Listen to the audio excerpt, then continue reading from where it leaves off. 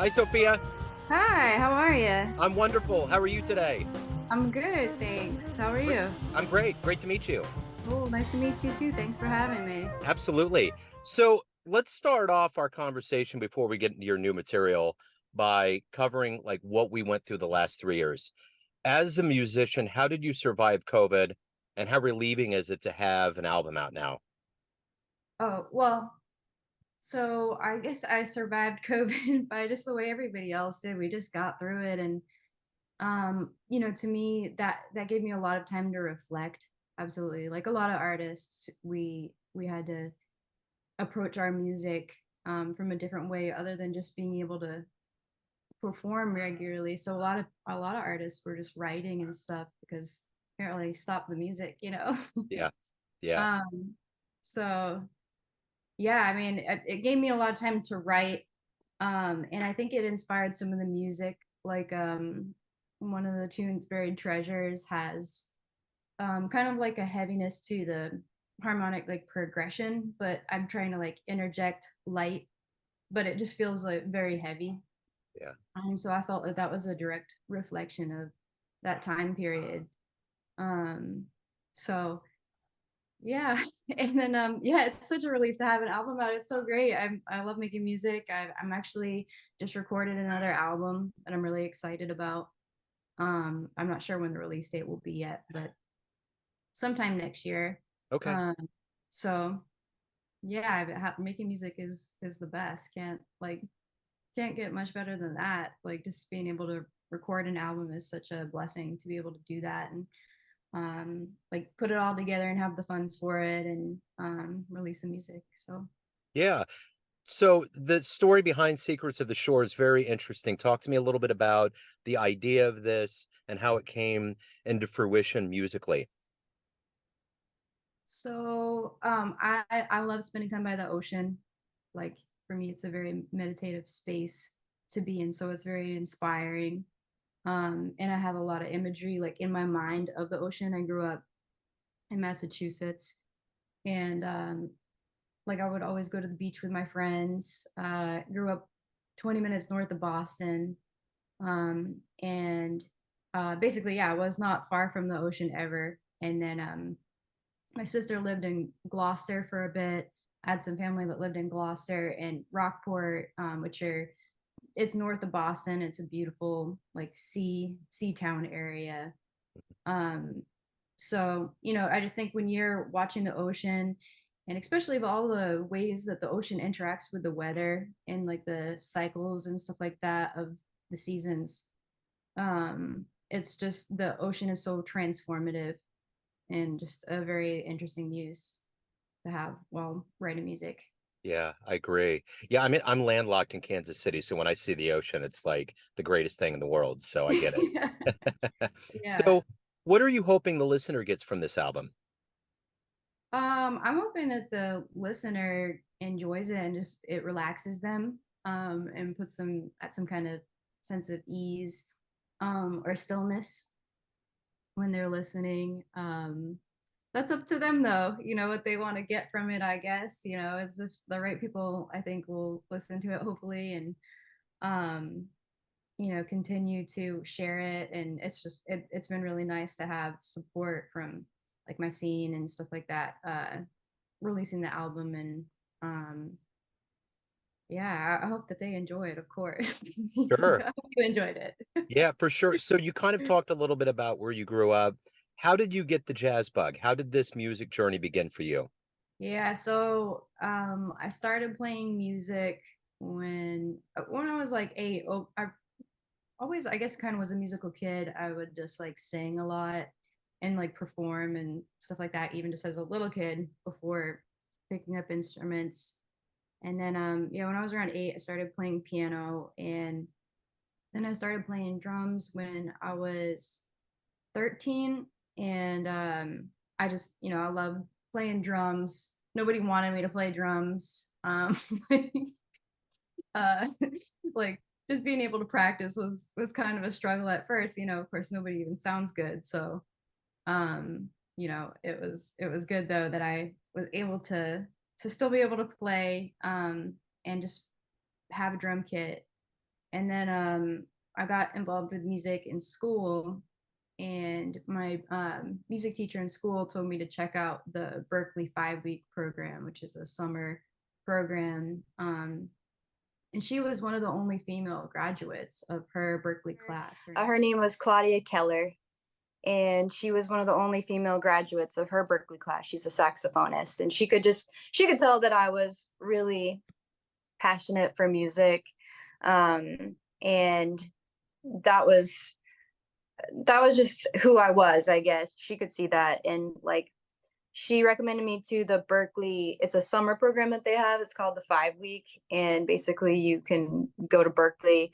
and study there, as basically it's like high school students mostly.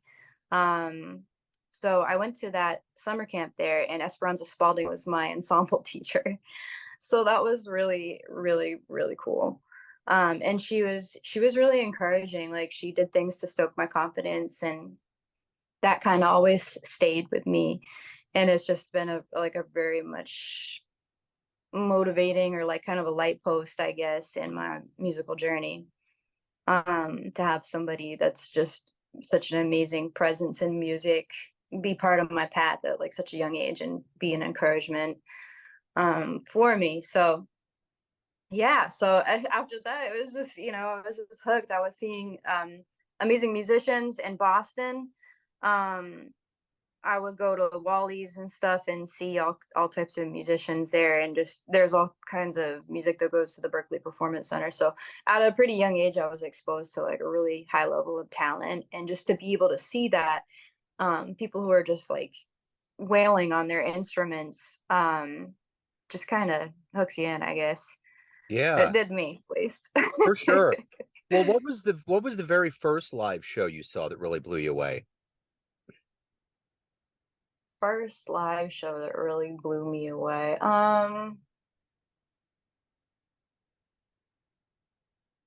Well, some of the first music that I got to see live was like punk rock music. So I think from a production standpoint, a lot of that blew me away. Seeing bands like Blink-182 and like Green Day, like their production is so huge. But the first show that I saw, like a jazz show, especially in a club, was at Wally's, and I couldn't tell you what day it was. It was sometime when I was like a junior in high school, going into my senior year.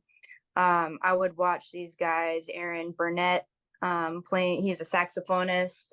He was playing with a drummer at the time called Greg Scruglione, who he goes by Torch, and Carlos Holmes is a pianist. And so those were some of the musicians that I met that year. And Aaron actually went on to play with Esperanza. But seeing that for the first time was just like mind blowing. And a bunch of people too that I forget who their names were. I'm trying to think what other really cool shows early on that I saw. Especially if it was like a jazz show. I mean, it would probably be something that I saw at Berkeley. All Yeah, types of people would come in there. Victor Wooten would come in a lot. And yeah, all types of musicians, I guess, sure. were coming through there, and it's hard to pick a favorite. Yeah, no, that's cool. No, that's good. I just kind of wanted to get at the beginnings. So, in this journey of being a professional musician, between recording and live shows and everything in between, what do you like the best every day about being a professional musician? The thing that I like the best, I don't know, I try to just enjoy like each part of what I'm doing. So I really love composing music. I love being at the piano and just being able to have something come through and be able to write it down. That's pretty great. I love being on my instrument and just making noise on my instrument. And then I love being able to play music, and interact with the other musicians. So it's all part of the same thing though to me. And I don't know. I guess I just try to enjoy it all. I love traveling, which is really cool to be able to just be performing and then like running into your friends in different, either at a festival or just different places. It's kind of an interesting world of musicians where we can get to like play and perform and run into each other. That's pretty cool. Yeah. Um, so yeah, and it's always great too, like when I get to connect with like an audience member that just likes the music, and that feels pretty magical as well. So it's it's hard again to pick a favorite. Sure. Well, let's do this. Tell me, why do you love jazz? I like I like the freedom of like being able to improvise. And I like that the body of jazz has really fostered that. It like providing a space for musicians to do things where they can explore and expand upon it's a whole interaction, I guess, when you think about jazz and the body of jazz, like what people consider to be jazz, the body of that whole movement. Um, create like it provided an area where musicians could interact with each other in a meaningful way and just expand in terms of what you're writing or playing. I think that it's made a lot of room for that.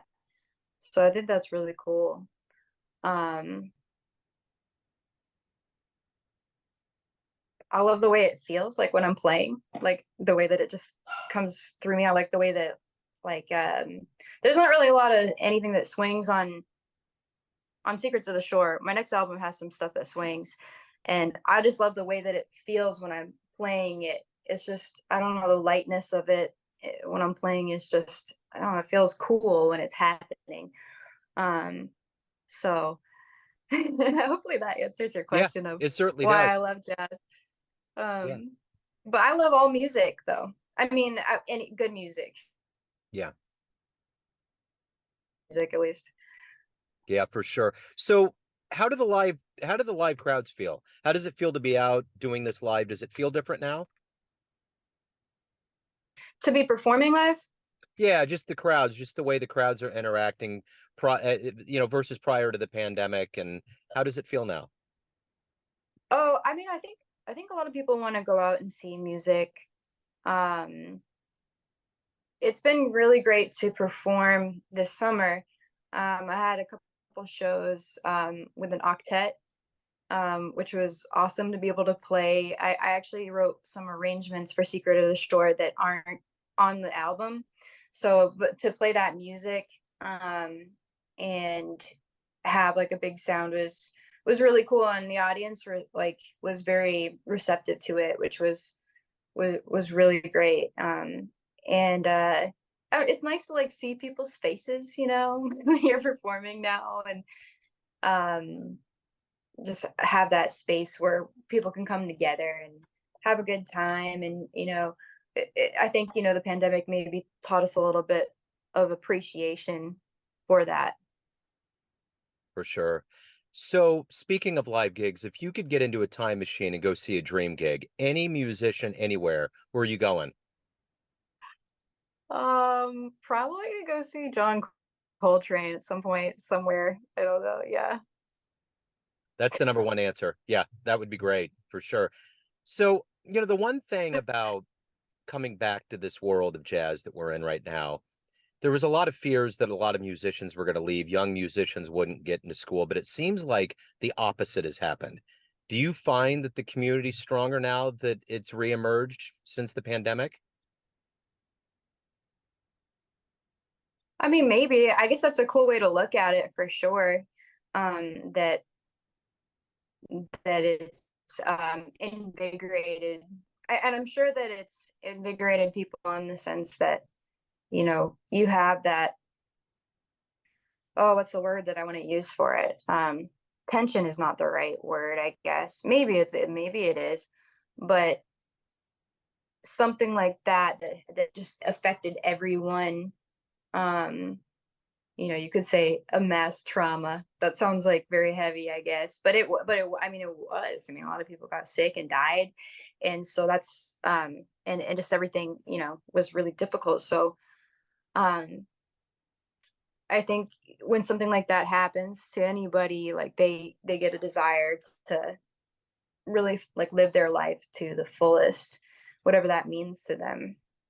Um, so for me, like actually one thing that happened to me before the pandemic was there was a fire in the apartment building that I was living in, Wow. and it was just a miracle that everybody was survived because the third and fourth floor were totally burned down. And I just had the thought like I could have died. What do I want to do now? Or if I did die, like what would be left undone in my life that I wanted to do? So that actually motivated me to sit in at Wally's because I was always afraid to do it. So I was like, you know what?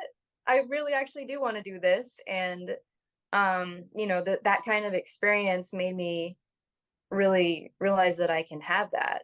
I could Yeah. do it, and I wouldn't want to waste that opportunity that life gives me. So Secrets of the Shore is the brand new album. And if anyone wants to pick this up, where's the most ideal place? Any live shows, any prior work, upcoming work, where do they go? Bandcamp. Okay. Yeah, Bandcamp is I think the best way that people can get my music. You can digital download it. Of course, if you come to a live show, there are physical CDs. And if you want a physical CD, you can just message me at my email, which is on my website. And I can mail it to you. It would be probably, depending on where you're at, if you're in the United States, it'd be $25 for me to send an album out in the mail for you. And future stuff, Bandcamp. I do prefer Tidal over Spotify. I think it's a better quality, so I try to support that platform more than Spotify. But the music is on all the music streaming platforms, I think, pretty much that there are. So hopefully anywhere. But and I guess as far as upcoming shows, I actually don't have too much on my books right now. Probably shouldn't say that, but hopefully in the next year we'll have a good tour plan. That's kind of one of my goals for next year, is to have a tour, especially to celebrate the release of my next album coming out, which is called Receptive. What else was I gonna say? I do have some shows coming up here in Nashville, Tennessee. One's at a place called Cheekwood, which is an amazing, beautiful botanical garden that if you're ever in Nashville, you should check out. Yeah. Right on. Sophia, thank you so much for opening up about this new album and your life and music. I really appreciate it. Thank you so much for having me. I really appreciate all the stuff that you do. You've interviewed a lot of musicians that I really like, and I think that's awesome. Right on. Yeah.